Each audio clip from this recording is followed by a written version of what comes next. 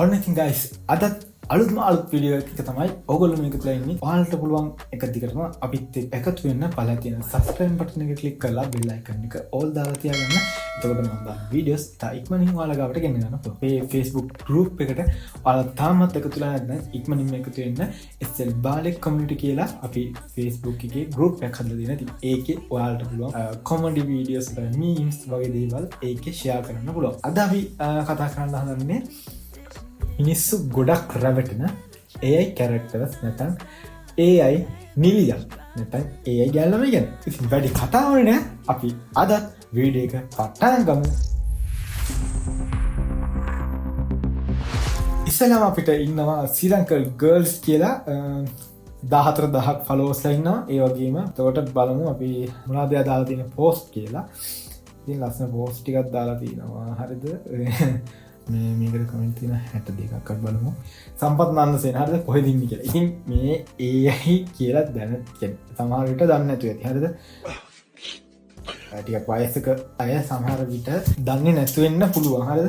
සාමාන්‍යයෙන් දැන් මේක AI කියලා ඉතින් ඇත්තම කතාව මේක AI. හරිද? මේ කවුද? අනුර රාජපක්ෂ පක්ෂය ගන්න බැහැ කිස් කියලා තියෙනවා. ති විදිර ගොඩක් කමෙන්ට් දාගෙන තියෙනවා. ඉතින් අපිට බලාගන්න පුළුවන් අයි මිනිස්සු මෙහෙම රැවටෙන්නේ. මේක මේ වගේ රැවටර මිනිස්සු දකිනකම් ෂෙයා කරන්න වාලා අපේ රටේ. ඉතින් මං කියන්නේ නෑ හොඳයි. හරිද?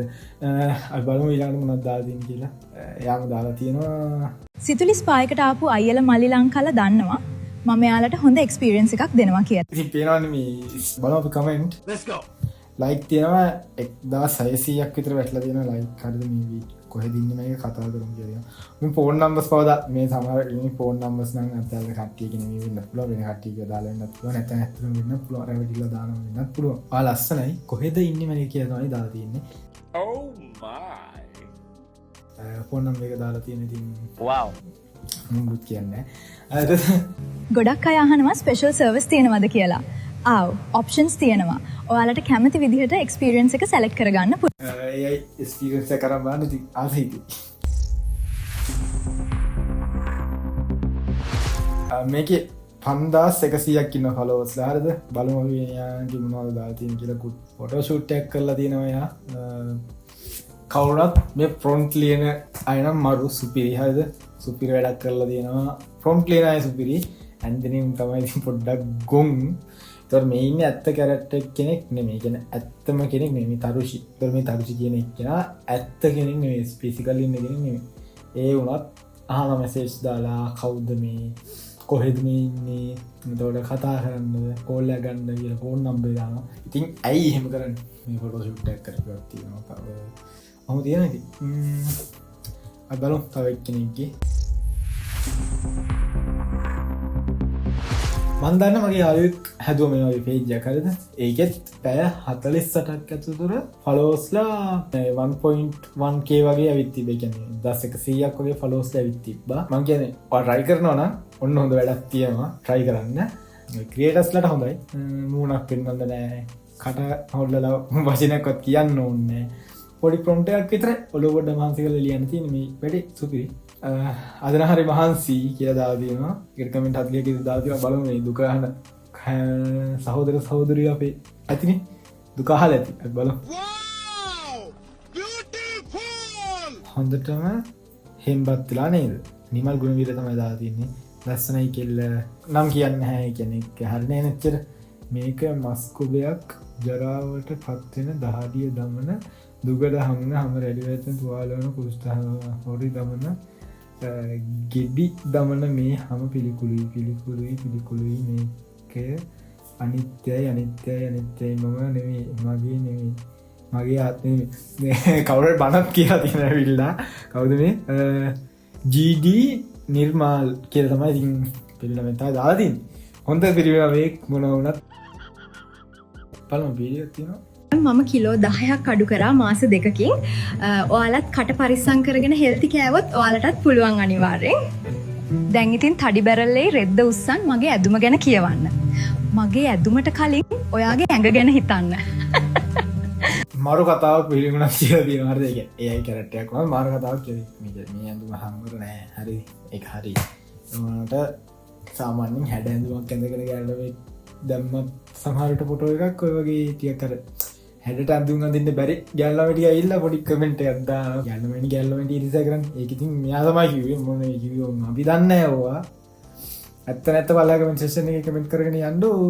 අපි බලමු මේකට වැටලා තියෙන කමෙන්ට් මොන වගේද කියලා. ටැටු එකක් ගාලා ගුරි විදුම් කියලා දාලා තියෙනවා. ටැටු එකක් ගාමු කියලා තියෙන ඉතින්. ඔයා කොහෙද ඉන්නේ කියලා නම්බරේ දාලා තියෙනවා. කෝල් එකක් ගන්න ඉතින් මම එක ටිකක් වයසක කෙනෙක් ඉතින්. හරිද? වයසක කෙනෙක් දාලා තින්නේ. ඉතින් සමහර විට නාකි විසේ කියලා එකක් තියෙනවනේ. අපි දන්නේ. very beautiful call me කියලා නම්බරේ දාලා තියෙනවා. තව එක්කෙනෙක් වසන්ත කියලා එක්කෙනෙක් තමයි නම්බරේ දාලා තියෙන්නේ.